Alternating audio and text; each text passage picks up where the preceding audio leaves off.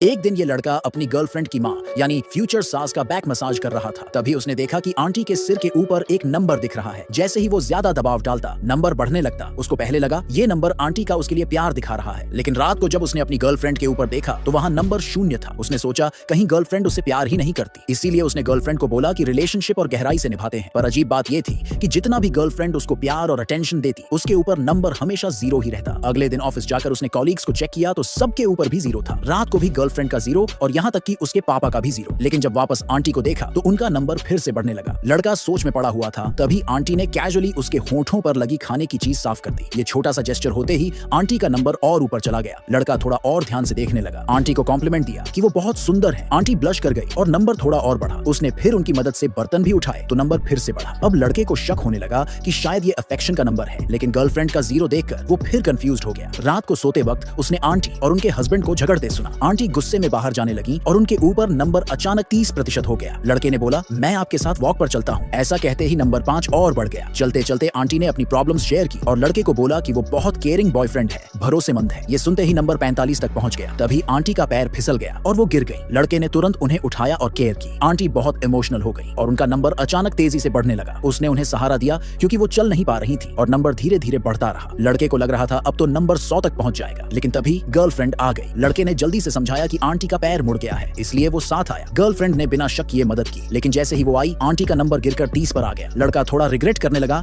कि आखिर ये नंबर दिखाता क्या है। फिर भी अजीब ये हुआ कि जब आंटी वापस अपने कमरे में जा रही थी और जाते जाते लड़के की तरफ बस एक नजर डाली तो उनके ऊपर नंबर फिर से बढ़ गया।